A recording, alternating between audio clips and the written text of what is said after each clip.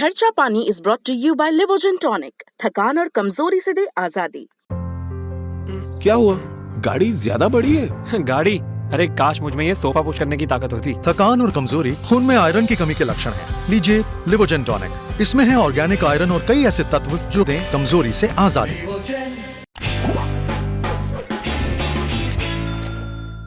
नमस्ते, मेरा नाम सिद्धांत है, साथ में अंशुमान जी। ये खर्चा पानी है। अंशुमान जी, क्या हाल चाल है, कैसे हैं? और अब बहुत सारे फोरकास्ट वगैरह आ चुके हैं इकोनॉमी को लेकर अब तो। हाँ सिद्धांत, धन्यवाद। मैं बिल्कुल ठीक हूँ और धीमे-धीमे इकोनॉमी पर चर्चा मुख्य धारा में लौट रही है। हालाँकि अभी सेहत की कोविड की चिंताएँ वैसी ही हैं और बड़ी ज़्यादा हैं, पर फ़ोरकास्ट आने लगे हैं और जिस पर हमने शुरुआत में चर्चा की थी जब दूसरी वेव या दूसरी लहर आना शुरू हो रही थी और तब हमने जिसका की आशंका हमें थी ना, जिसका डर था, बेदर्दी वही बात हो गई। हमें लग रहा था कि कोई न कोई एजेंसी मई की शुरुआत होते-होते भारत की इस साल की विकास दर का आकलन 10% से नीचे ले आएगी। हम्म, हम्म, डबल डिजिट से नीचे ले आएगी, वही सिंगल हो डिजिट में चुका ले है। आएगी और ये बात हमने खर्चा पानी में कहा था कि आप मई आने तक ये ऐसा हो जाएगा और वो आज हो गया। हाँ, ऑब्वियसली। और अ, हमने डिस्कस भी किया था काफी मौकों पर कि खर्चा पानी, मेरे ख्याल से अंशुमान जी, मार्च में और या फरवरी के एंड के खर्चा पानी में हमने डिस्कशन किया था कि अब धीरे धीरे चीजें, जिस तरह से केस बढ़ने शुरू हुए थे, जिस तरह से फैक्ट्रियों ने खुद पे रिस्ट्रिक्शन लगाना शुरू किया था, उस समय लॉकडाउन की कोई घोषणा नहीं थी। हाँ, उस समय नाइट कर्फ्यू, तमाम चीजें धीरे धीरे दिखाई दे रही थी। उस समय में हमने ये सोचा था कि ये चीजें जो हैं, अब प्रेडिक्शंस जो हैं फिर से चेंज होंगे और अब हो चुके हैं। और नोमुरा, इस वो बात तो हमने शुरू की थी उस समय जब नोमुरा का नंबर आया था और एग्जैक्टली नोमुरा पहली एजेंसी थी जिसने इंडिया के ग्रोथ के टारगेट में उन्होंने सिंगल डिजिट नहीं किया था पर 1% का कट कर दिया था। तभी हम लोगों ने जो ट्रेंड दिख रहा था, जो डेटा हमारे पास छनकर आता है, जो सरकार नहीं बताती पर जो मार्केट से डेटा आता है वो ये बता रहा था कि ऐसा होगा और वो हमें आज दिख रहा है। ऑब्वियसली। और खबरों पे चलते हैं तो मूडीज ने प्रोजेक्शन दिया है भारत की जीडीपी को लेकर, और उससे ही जुड़ी खबर है फिच, वो भी क्रेडिट एजेंसी है, उसने इंडिया की इकोनॉमी को लेकर और आरबीआई के जो कदम है उसको लेकर एक अपना इनसाइट पेश किया है। और चलते चलते हम डिस्कस करेंगे कॉर्पोरेट सोशल रिस्पॉन्सिबिलिटी की। सेबी ने इसका खांचा खींचा है कि जो उद्योगपति हैं, उद्योग घराने हैं, उनकी समाज के प्रति क्या जिम्मेदारी बनती है। तो पहली खबर मूडीज से जुड़ी, जीडीपी का फोरकास्ट पहली बार 10 के नीचे। करंट फिस्कल ईयर को उन्होंने लेकर, अंशुमान जी, जो चल रहा है, इसको लेकर उन्होंने जीडीपी का फोरकास्ट किया है 9.25% के आसपास, 9.3%। और यही रेटिंग एजेंसी है जिसने 13.5% से ऊपर का फोरकास्ट किया था। 13.7% का फोरकास्ट था इनका पोस्ट लॉकडाउन पिछले साल का। अगर हम वो पूरा हिसाब किताब देखें तो पोस्ट लॉकडाउन पीरियड में 13.7% का था। सबसे जरूरी बात मुझे जो लग रही है, दो चीजें हैं। एक तो वो कह रहे हैं कि ये जो क्वार्टर चल रहा है अप्रैल मई जून का, इस तिमाही के बाद रिबाउंड हो सकता है, लेकिन वो अपनी रेटिंग को अपग्रेड नहीं करेंगे। अंशुमान जी। आप सिद्धांत, ये सबसे महत्वपूर्ण रिपोर्ट है और मैं कहूंगा कि भारत की साख बाल बाल बच गई है किनारे से जो परिस्थिति है उसमें मूडीज भारत की रेटिंग को नीचे कर सकती थी। आगे करेगी कि नहीं करेगी, इसके दोनों तरीके के संकेत सामने देखे जा सकते हैं। पहली चीज तो हम जो जीडीपी के कट को समझें कि जो जीडीपी के प्रोजेक्शन का कट है वो कितना बड़ा है। 13.7% से सीधे 9.5% पर लाने का मतलब है कि लगभग 5% के आसपास का फोरकास्ट कट एक साथ हुआ है और ये मूडीज जैसी एजेंसी के लिए, स्टैंडर्ड पुअर जैसी एजेंसीज के लिए, जो अंतरराष्ट्रीय एजेंसियों के लिए बड़ा डीप कट है। इसको आधा परसेंट, 1%, 30 बेसिस पॉइंट या 50 बेसिस पॉइंट का नहीं, स्ट्रेट अवे 14%, मतलब 13.7 को आप 14 मान लें रफ में और 9.5 के पास आ जाए तो ये बड़ा कट है। ये कट मूडीज के का जो आउटलुक है भारत की इस साल की रिकवरी के मामले में, उसे बहुत साफ ढंग से स्पष्ट करता है। पर एजेंसियां थोड़े थोड़े समय में बताती हैं, तिमाही के आधार पर आकलन करती हैं, तो इसलिए अगली तिमाही तक मूडीज को अपने आकलन को और क्लियर करेगी।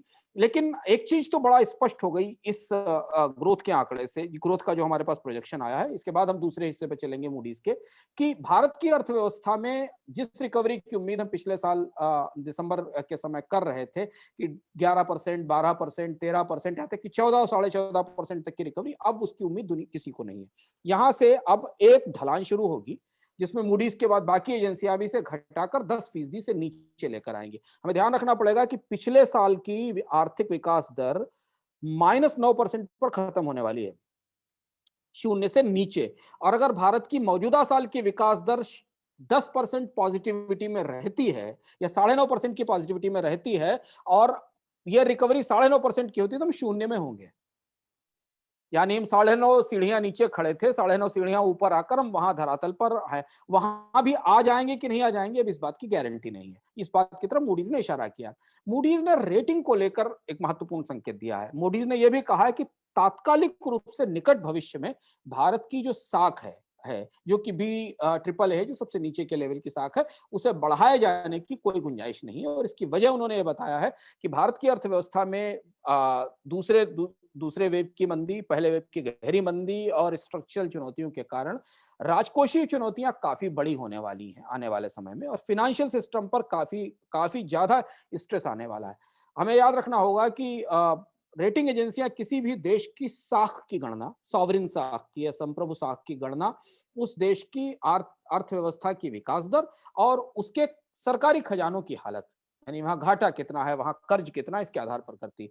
और हम खर्चा पानी के कई सारे संस्करणों में भारत सरकार पर कितना कर्ज है, घाटा कितना ज्यादा होने वाला है, कैसे रिकॉर्ड बोरोइंग केंद्र और राज्य सरकारें कर रही, इस पर हम चर्चा कर चुके हैं। इन सब का संकेत मूडीज की इस रिपोर्ट में है। और इंपॉर्टेंट चीज जो यहां से टेक अवे है कि एक तो भारत की साख, संप्रभु साख में फिलहाल इस साल किसी बढ़ोतरी की संभावना नहीं दिख रही है, जो एक बड़ा संकेत है भारत के नीति निर्माताओं के लिए जो नॉर्थ ब्लॉक में बैठे हुए हैं। उन्हें मान लेना चाहिए कि दुनिया की एजेंसियां क्या सोच रही हैं भारत के बारे में। और दूसरी चीज ये है कि डाउनवर्ड प्रोजेक्शंस बढ़ सकते हैं, यानी 9.5 से अगली तिमाही में अगर रिकवरी नहीं दिखाई दी तो ये 8.5 तक आ सकते हैं। कुल मिलाकर जो पिक्चर बन रहा है इंडियन इकोनॉमी के लिए, वो बहुत ही ज्यादा होपफुल पिक्चर नहीं है। जिस चीज को लेकर इन्वेस्टर्स पिछले साल बहुत ज्यादा खुश हो रहे थे, मतलब राजनेताओं के प्रोजेक्शंस भी बहुत अच्छे थे, सत्ताधारी दलों के प्रोजेक्शंस भी, उनको भी अपनी पीठ थपथपाने का मौका मिला था। तो ये मौका मूडीज ने धीरे धीरे छीन लिया है उनसे, ये तो भी साफ हो गया है। अब अंशुमान जी, इसको एक दूसरी खबर से लिंक करते हैं। आरबीआई ने पिछले ही हफ्ते, मुझे याद आ रहा है कि वो भी बुधवार का दिन था शायद, कि जिस दिन आरबीआई ने लोन रिस्ट्रक्चरिंग का एक प्रपोजल पेश किया था सामने, कि दूसरी वेव है, तमाम फाइनेंशियल इंस्टीट्यूशन स्ट्रेस में है, बोरोवर स्ट्रेस में है, लेंडर्स तो है ही है, तो क्यों ना लोन को रिस्ट्रक्चर कर दिया जाए। और वहीं पे फिच, अनदर रेटिंग एजेंसी, उन्होंने कहा है कि साहब इस रिस्ट्रक्चरिंग से जो तनाव है वो कम तो नहीं होगा, बस कुछ दिनों के लिए टल जाएगा। मतलब जिस मुसीबत में फाइनेंशियल इंस्टीट्यूशंस आएंगे इस रिस्ट्रक्चरिंग से, वो मान लीजिए वो कुछ दिन के लिए टल जाएगा, कुछ दिन के लिए बाद आएगा, लेकिन अभी खत्म नहीं हो जाएगा वो तनाव।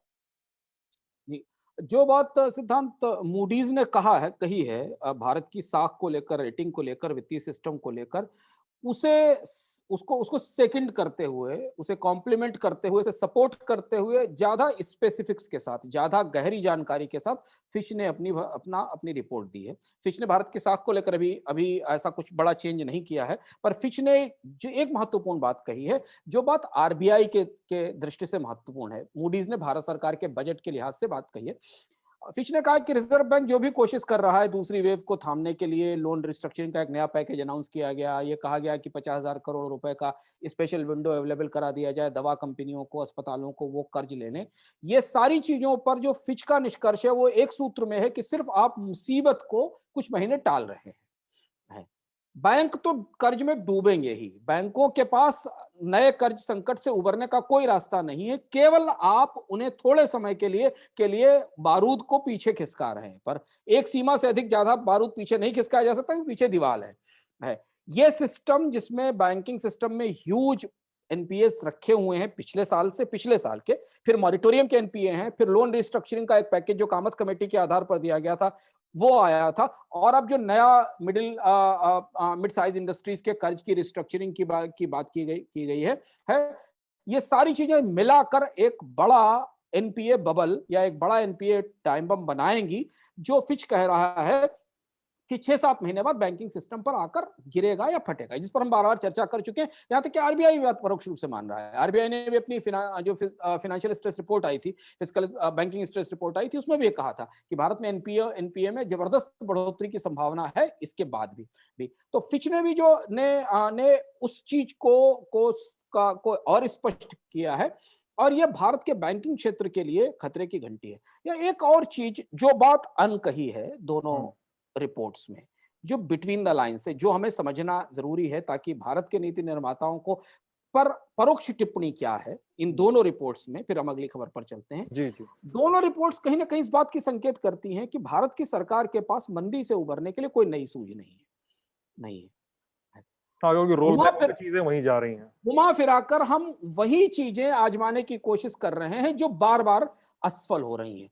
पिछले साल आत्मनिर्भर पैकेज के जरिए कर्ज में माफी दी गई, सस्ता कर्ज करने की कोशिश की गई, लोन रिस्ट्रक्चरिंग कराई गई, इकोनॉमी तो नहीं उभरी, बैंक फंस गए। अगर वो गड्ढे में गिरे थे तो एक गड्ढे में और नीचे एक मंजिल नीचे और जाकर गिर गए। सरकारों ने कुछ नए डिमांड तो नहीं बढ़ाई, टैक्स बढ़ा दिए और अपने बजट फुला लिए और अपना कर्ज फुला लिया, तो सरकार के बजट के ऊपर और राजकोषीय घाटे पर और भारत की जो फिनेंशियल स्टेबिलिटी उस पर असर आ गया।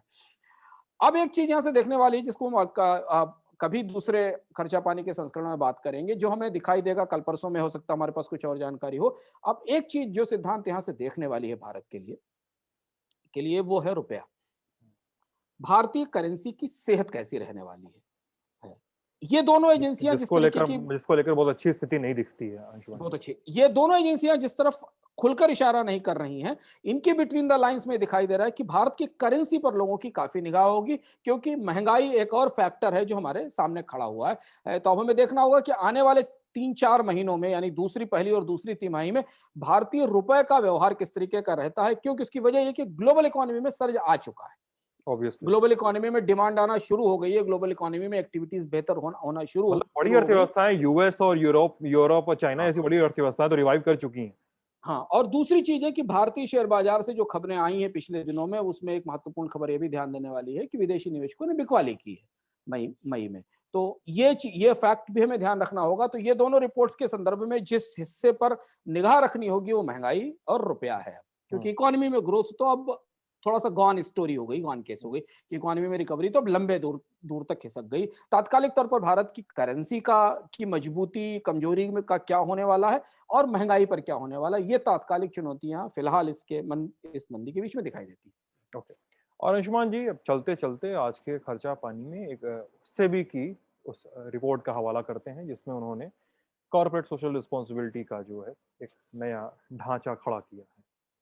अंशुमान जी, ये एक अच्छी खबर है, और मुझे लगता है कि हमने पिछले कोविड के दौरान इस मामले पर साइड लाइंस पर एकेडमिक सर्कल्स में, कॉर्पोरेट सर्किल में, स्टॉक मार्केट के सर्किल में, पॉलिसी लोगों के बीच में ये काफी बहस देखी कि कंपनियों के पास जब को अपनी सोशल रिस्पॉन्सिबिलिटी, समाज के प्रति जो दायित्व है उनको कैसे निभाना चाहिए और उन्हें कैसे बजट करना चाहिए। बड़ा डिबेट हुआ जब कंपनियों ने पीएम केयर्स फंड में पैसा दिया। पिछले साल सरकार ने सोशल रिस्पॉन्सिबिलिटी के तहत तमाम तरीके के एक्सपेंडिचर को, सैनिटाइजर खरीदना और कंपनियों की तरफ से तमाम सुविधाएं देना, इन सारी चीजों को सीएसआर के अंदर डाइल्यूट किया था। इन सीएसआर के नियम को डाइल्यूट किया था और सीएसआर में उनकी छूट दी थी। अब ये सेबी एक नई रिपोर्ट लेकर आई है जिसका नाम उन्होंने रखा है business responsibility and sustainability report. इससे पहले जब ये रिपोर्ट या ये जो नियम थे, इसका नाम बिजनेस रिस्पॉन्सिबिलिटी रिपोर्ट थी, इसका नाम अब रिस्पॉन्सिबिलिटी और सस्टेनेबिलिटी इसमें जोड़ दिया गया है। यानी इसमें थोड़ा सा हिस्सा इन्वायरमेंटल रिस्पॉन्सिबिलिटीज का, अपने आसपास के पर्यावरण को बेहतर बनाने के लिए कंपनियों की क्या जिम्मेदारी है, यह हिस्सा उसमें जोड़ा गया है। इसके आधार पर सेबी ने कुछ पैरामीटर्स तय किए हैं जिन्हें लेकर कंपनियां जब अपनी रिपोर्ट, जो अपने एनुअल रिपोर्ट या सेबी के पास जो डिक्लेरेशन फाइल करेंगे, और हमें सॉरी सी बात है कि सेबी उन्हीं कंपनियों के बारे में बात करेगी जो स्टॉक मार्केट में लिस्टेड है। वो जो कंपनियां शेयर बाजार में सूचीबद्ध हैं उन्हीं को रेगुलर सेबी को रिपोर्ट करना पड़ता है। तो उनकी जो जिम्मेदारियां हैं समाज के प्रति और पर्यावरण के प्रति, जैसे कि उनका पॉल्यूशन कंट्रोल कैसा होने वाला है, ग्रीन हाउस गैसेस का एमिशंस किस तरीके का होने वाला है, इन पैमानों को भी उनकी वित्तीय सेहत के या उनके कामकाज के संचालन में शामिल किया जाएगा। देखते हैं ये कितने आगे तक जाता है, और अंततः इससे हम भारत के कॉर्पोरेट जगत में जो प्रैक्टिसेस हैं वो थोड़ी साफ सुथरी और समाज के प्रति जिम्मेदारी भरी होती देखते हैं। तो इसके बारे में हमें थोड़े समय के बाद पता चलेगा, जब ये पैमाने कंपनियों के पास आ जाएंगे, क्योंकि जब सेबी पहली रिपोर्ट देगी तब हमें पता चलेगा कि किन कंपनियों ने इन पैमानों का पालन किया। तो ये था हमारा आज का खर्चा पानी। आपको कैसा लगा हमें जरूर बताइएगा वीडियो के कमेंट सेक्शन में। Don't let your guards down. अपनी जो सुरक्षा प्रणाली है जिस पर आप काम कर रहे हैं कोविड से बचने के लिए, उसको मतलब नकारिए मत अभी, क्योंकि इस समय मैंने एक ट्वीट भी किया था अंशुमान जी, और मैं बातचीत में कहा भी था कि खुद को मूर्ख नहीं बनने देना है। इस समय नंबर्स कम होते जा रहे हैं, टेस्टिंग कम हो रही है, उनकी पॉजिटिविटी रेट बहुत ऊंची है, तो अपनी जिम्मेदारियों को समझिए। अभी भी ऑक्सीजन की कमी है, अभी भी ऑक्सीजन की कमी से मौतें हो रही हैं। आज ही इसको आज और कल में कई सारी खबरें आई हैं। गोवा में ऐसी खबरें सुनाई दी, आंध्र प्रदेश में ऐसी खबरें सुनाई दी अंशुमान जी कि ऑक्सीजन की कमी हुई, 11-15 ऐसे लोग मर गए आईसीयू में, कोविड वार्ड में। दवाइयों की किल्लत है, वैक्सीन नहीं मिल रही है, इसलिए मुस्तैद रहिए थोड़ा सा और अपना बहुत सारा ख्याल रखिएगा। किसी तरीके के ऑप्टिमिज्म बायस में मत फंसिए, किसी भी तरीके के ऑप्टिमिज्म बायस में मत फंसिए कि नहीं आपको वैक्सीन लग गई है तो कोविड नहीं होगा, कोविड हो चुका है तो कोविड नहीं होगा। यही तो बायस है, ऑप्टिमिज्म बायस कि मुझे तो वैक्सीन लग गई है, मुझे क्या होगा, मुझे तो कोविड हो चुका है तो मेरी बॉडी में तो एंटीबॉडीज बन गई, अब नहीं होगा। ऐसे केसेस में लोगों को 3 बार कोविड हुआ है, एक दो बार नहीं, 3 बार तक कोविड हुआ है। हाँ, इस किसी ऑप्टिमिज्म बायस में मत फंसिए। अभी कहीं कोई रामबाण दवा, कोई औषधि, कोई पैनेशिया अवेलेबल नहीं है। और दूसरी चीज ये कि कोविड की अगली वेव में दक्षिण भारत के राज्य नए एपी सेंटर बन के उभर रहे हैं, वहां पॉजिटिविटी रेट, उत्तर भारत के गांव और उत्तर भारत के गांव। तो इसलिए ये जो पहिया है ये घूमकर शहर से गांव में गया और फिर गांव से घूमकर वापस शहरों में लौट और ये जिस तरह की देरी लग रही है, मैं ये नहीं कहना चाहता हूं, जिस तरह की देरी और लेट लतीफी और उसको मैं पता नहीं लद्दड़पना जिसको कहते हैं आम भदेश भाषा में, जो लद्दड़पन दिखाई दे रहा है, उससे लगता है कि ये चक्का घूमकर फिर से लौटेगा, जिसको बार बार आप तीसरी वेव का नाम दे लीजिए, री इन्फेक्शन का नाम दे लीजिए, जो भी कह लीजिए, चक्का घूमकर लौटेगा इधर। हाँ, तो इसलिए कोई आपको वैक्सीन लग चुकी हो, ना लगी हो, कोविड हो चुका हो, ना हुआ हो, किसी तरीके से अपनी सुरक्षा से समझौता मत करिए। और आपके आसपास कोई आदमी सुरक्षा से समझौता करता दिखाई दे तो उसको टोकिए, उसे रोकिए, क्योंकि उसकी भी जान आपके साथ, उसकी जान भी कीमती है, और उसकी सुरक्षा में आपकी सुरक्षा भी जरूरी है, क्योंकि वैक्सीन आप तक पहुंचते पहुंचते भी लंबा वक्त लगने वाला है। एकदम। और आप सभी लोग का बहुत बहुत शुक्रिया। बहुत बहुत धन्यवाद।